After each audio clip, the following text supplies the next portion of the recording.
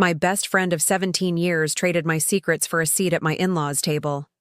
Every private thing I ever told her, my miscarriage, my husband's drinking the year before we married, the loan my mother-in-law still doesn't know, I quietly paid off. She handed over piece by piece so she could sit closer to a family that was never hers. What she didn't know was that I was about to find out exactly how and exactly why. If you've ever trusted the wrong person with the parts of your life, you never show anyone else. Stay with me because I think you'll understand exactly how this felt. And if you're new here, I share a story like this every week. Calm, honest, no shouting, just people finally seeing the truth. Feel free to subscribe if that sounds like your kind of story, and tell me in the comments where you're listening from tonight. My name is Renee. I'm 44 years old, and I live in a quiet suburb outside Charlotte with my husband Marcus and our 2 kids. I work in project management for a regional healthcare company, the kind of job where my whole day is spent making sure other people's plans don't fall apart, which I suppose is fitting, given how much of my personal life I've also spent quietly holding together. I met my best friend Diane when we were 22, both of us fresh out of college and broke in the same apartment complex, splitting a bag of rice between our 2 kitchens more nights than I'd like to admit.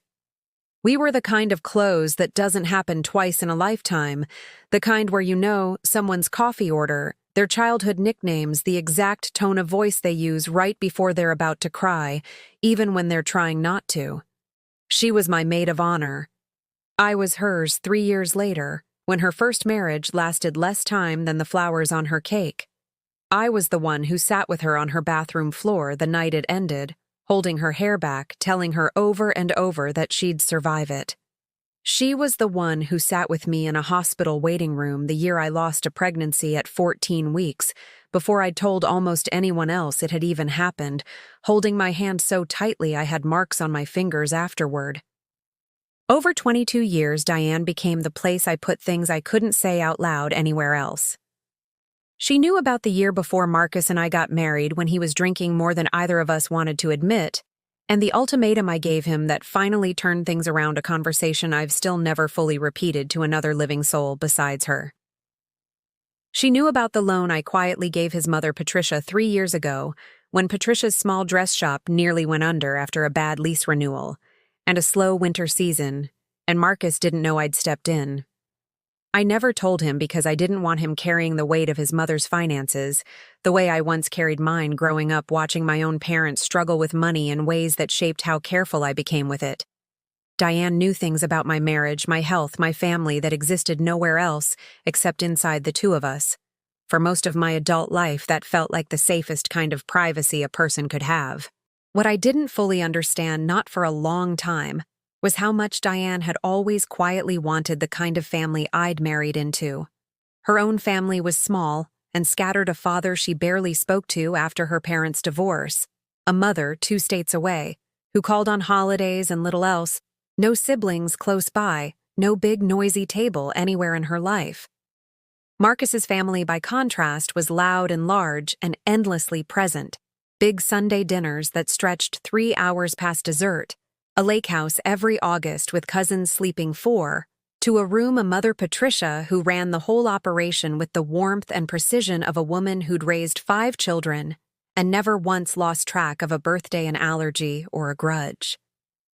Diane came to enough of our family gatherings over the years as my +1, as my closest friend, that she became a familiar face at that table, greeted with real hugs, remembered by name by aunts and cousins who barely remembered my own co-workers' names. I never once thought there was anything complicated underneath that familiarity. I thought she simply loved being around us the way I loved having her there. And for a long time, I was genuinely happy that 2 people I loved had found each other. There were small signs over the last 2 years, especially that I let myself explain away the way you do with people you trust, completely. The way trust itself makes you slower to notice the exact moment it starts being spent without your permission. Patricia started calling Diane directly without going through me to plan things, a recipe exchange, a shopping trip for the lake house, small errands that used to always run through me first, back when Diane's connection to that family existed entirely because of her connection to me. Diane started showing up to family events a little early, staying a little later, developing what I thought at the time was simply her own independent friendship with my mother-in-law, which I genuinely didn't mind. I remember specifically telling my sister once, almost proudly, that it felt good watching my two worlds blend so easily. I never once suspected the friendship being built at that table was being quietly financed, story by story, out of pieces of me. The moment everything cracked open happened at a baby shower for my sister-in-law this past spring, hosted at Patricia's house, the kind of event where 30 women sit in a living room full of pastel balloons, eating little sandwiches with the crusts cut off and playing games with diapers and melted chocolate bars pressed into shapes nobody wants to guess out loud.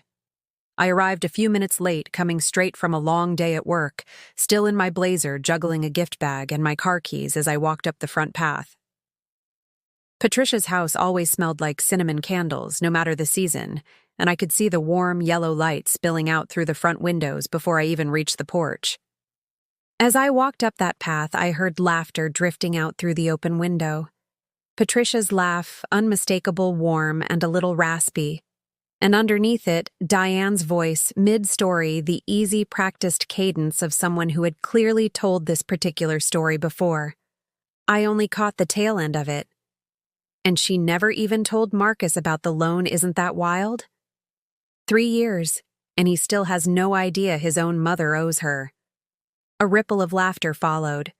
A different woman's voice said something about how sweet that was, how generous, and Patricia's voice, warm and easy, cut through it all. Well, Renee's always been good at keeping secrets. Guess it runs in the family now, doesn't it, Diane? I stood on that front path for what felt like a very long time. My hand still resting on the gate latch, the gift bag hanging heavy from my wrist, listening to my closest friend of 17 years discuss the most private financial decision of my marriage, with a room full of women I only saw twice a year, as casually as she might discuss the weather or a recipe for banana bread. I remember staring at the porch light, counting the moths circling it, just to give my mind somewhere to go, besides the sentence I'd just heard. If you've ever stood outside a door and heard your own life being talked about like gossip, I want to know. Tell me in the comments what that moment felt like for you, and if this story is landing so far, go ahead and hit like. It genuinely helps this channel find more people who understand. I want you to understand something. I did not storm into that living room. I did not confront Diane in front of 30 women and a pregnant sister-in-law who deserved a nice, uncomplicated afternoon. I straightened my blazer, took one long breath, and walked in a few minutes later, smiling, hugging Patricia, sitting down next to Diane like nothing at all had happened. I played the diaper game along with everyone else, guessed the melted chocolate bars, laughed at the right moments. But something in me had gone very still and very quiet by the time that shower ended, the particular stillness that comes right before a person finally fully stops making excuses for someone they love. That night, after the kids were asleep and Marcus was already snoring in front of the television, I sat alone at my kitchen table with a legal pad, the same way I used to organize project timelines before a big presentation at work, and I started writing down everything I could remember, every small moment over the last 2 years that I'd let myself explain away without ever fully looking at it. The calls that skipped me, the early arrivals, the comment about keeping secrets running in the family, which I now understood wasn't a compliment at all, but Patricia quietly letting me know in front of a room of witnesses that she already knew exactly what I'd been hiding from her son. I called my sister Yolanda, who'd been at the shower too, and asked her carefully if she'd noticed anything odd about how Diane and Patricia talked to each other lately. Yolanda went quiet on the phone for a moment longer than felt comfortable. And then she said, "Renee, I actually assumed you knew. Diane's been over at Patricia's a lot. Like a lot. I thought you two had just gotten closer as a family, honestly. I didn't think it was anything to worry about." Hearing that my own sister had already noticed a pattern I'd been blind to for months made the whole thing feel worse somehow, not because Yolanda had done anything wrong, but because it meant I hadn't been paranoid. I'd simply been the last one to see it. Over the following week, I did what I've always done when something in my life stopped adding up. I went looking for the actual pattern, calmly, methodically, without confronting anyone, yet the same way I'd untangle a project timeline that had quietly drifted off schedule without anyone flagging it. I checked my own phone records and realized Diane's calls to me had dropped by more than half over the past year, from something close to daily, down to maybe twice a week, while according to Yolanda and one of Marcus's cousins, her visits to Patricia's house had noticeably increased over that exact same window. I pulled up old text threads and found a pattern I'd never consciously registered before Diane mentioning almost in passing that she'd stopped by Patricia's or helped Patricia with something at the shop, conversations that had felt harmless and even sweet in the moment, now reading entirely differently, laid end to end on a single page. I remembered with a sick, sinking clarity 3 separate stories I'd only ever told Diane in confidence: the miscarriage, the drinking year, the loan, all of which had somehow in fragments made their way into casual conversation among Marcus's extended family over the past several months. My cousin-in-law had made a strange, sympathetic comment to me at Easter about how far Marcus had come, which I'd brushed off at the time as vague small talk. An aunt had once asked gently if I was doing okay after everything, with no context I could place. Each fragment on its own had seemed like nothing. Laid out together on my legal pad in Diane's exact phrasing, they formed a shape I couldn't unsee. And there was only ever one place those stories had lived outside my own marriage. I finally called Diane and asked her directly but calmly to meet me for coffee. I didn't tell her why. She said yes immediately, cheerfully, even the way she always did, still completely unaware that I'd spent a week quietly reconstructing exactly what she'd been doing piece by piece on a legal pad at my own kitchen table. We met at the small cafe where we'd had 100 conversations over 2 decades. The same corner table by the window, the same 2 coffees she ordered without needing to ask what I wanted, the barista greeting us both by name, the way she'd done for years. I let Diane talk for a few minutes first about nothing in particular: a new recipe, a coworker's drama, the ordinary rhythm of a friendship I'd trusted completely for 17 years. Then I set my coffee down, folded my hands on the table, and asked her one simple question. Why does Patricia know about the loan I gave her? I watched Diane's face do something I'd never seen it do in 17 years of friendship, a kind of controlled panic quickly smoothed over the specific look of someone realizing in real time that they've been caught holding something they thought was safely buried. Her mouth opened and closed once before any words came out. She tried at first to minimize it. It just came up, she said. I didn't think it was that big of a deal, honestly. Patricia's basically like family to me, too. You know that. I stayed calm the way I'd promised myself I would, and I told her about the front path at the baby shower, word for word, what I'd heard through that open window. I told her about the phone records laid out on my legal pad, the pattern of dropped calls and increased visits. I told her about Yolanda's confirmation about the fragments I'd finally been able to trace: the miscarriage, the drinking year, the loan, all of it spent in small pieces at a table I'd once been proud to watch her belong to. I asked her plainly, without raising my voice even once, if she'd been trading pieces of my life for a closer place in Marcus's family, because that's exactly what it looked like from where I was standing. She didn't deny it outright. What she said instead was almost worse than a denial would have been. She said that after her own divorce, and with her family so far away and so distant, being close to Patricia and the rest of Marcus's family had started to feel like the only real family she had left in the world. She said that somewhere along the way, without fully admitting it to herself at the time, she'd started offering up little pieces of my life as currency, small harmless stories that made her feel valuable at that table, that made Patricia call her directly, instead of going through me, that made her feel for the first time in years like she belonged somewhere permanently, instead of as someone's +1. She said she never meant to hurt me. She said it just kept feeling easier than stopping one small story at a time until the pile had grown too large to see clearly. I told her as calmly as I could manage, staring at the same coffee cup she'd ordered 100 times before. That meaning no harm and causing real harm are 2 very different things. And that 17 years of trust doesn't survive being quietly spent, story by story. so someone else could feel like they belonged somewhere they were never actually promised a permanent seat. I told her I needed distance. Real distance. Not a dramatic ending, but a genuine pause. Because I no longer knew which parts of my life were safe with her, and which parts had already been spent without my knowledge. It's been 4 months now.